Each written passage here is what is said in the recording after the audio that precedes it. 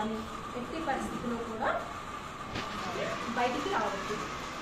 వాళ్ళు వీడియో యూట్యూబ్లో పెట్టేశారు.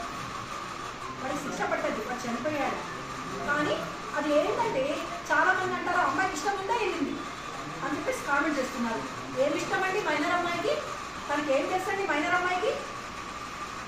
ఎన్ని సంవత్సరాలు ఉంటాయండి? 13 అమ్మాయికి 8 క్లాస్ అంటే 13-14 సంవత్సరాల అమ్మాయి ఏం చేస్తుంది? తనకి వాడికి అవగాహన కల్పించాలి.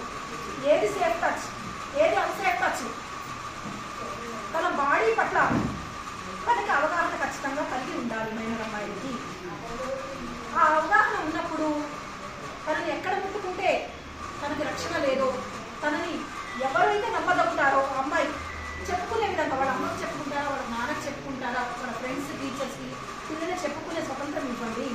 మీ పిల్లలు ఆడపిల్లలు కాదని మగపిల్లలైనా కూడా ఖచ్చితంగా ఇంటికి వచ్చిన తర్వాత వాళ్ళని ఫ్రీగా మీకు చెప్పుకోనివ్వండి తన బాధలు ఉంటుంది. మీకు మ్యారేజ్ చేసుకుని చైల్డ్ మ్యారేజ్ అయితే అమ్మాయి మైనర్ చైల్డ్ మ్యారేజ్ పెడతాము, లేదంటే పోక్సో పెట్టేస్తాము. పోక్సో ఎప్పుడు పెడతాము? అమ్మాయిని తీసుకొచ్చి నిజామాబాద్ సఖీ సెంటర్లో పెడతారు. కిడ్నాప్ గురైన పిల్లలు ఇమీడియట్గా అమ్మాయిని గవర్నమెంట్ హాస్పిటల్ టెస్ట్ నిమిత్తం పంపిస్తారు. అక్కడ సెక్సువల్ ఇంపాక్ట్ అయితే ఖచ్చితంగా పోక్సో తెలుసుకుంటుంది. తర్వాత పోక్సో పెట్టినప్పుడు ఖచ్చితంగా నాకు ఓన్లీ బయట పిల్లలు కాదు, మన పిల్లలు కూడా ఉంటారని, ఇంటి పిల్లలు ఉంటారు, మన అక్క పిల్లలు ఉంటారు, పక్కవాడి పిల్లలు ఉంటారు, మన చెల్లెలు ఉంటారు. సమాజంలో ఏం జరుగుతుంది రోజుకి ఎన్ని చూస్తున్నాం మనం ఆడపిల్లల పట్ల. బయటికి ఎలా వెళ్ళాలి పేరుతోటి అమ్మి వేస్తున్నారు. అక్కడికి వెళ్ళిన తర్వాత ఆ పిల్లలు ఒకటే ఆడపిల్ల ఉంటుంది, కానీ అమ్మాయితో కాపురం చేసుకొని 4-5 ఉంటారు. తెలుసండి మీకు?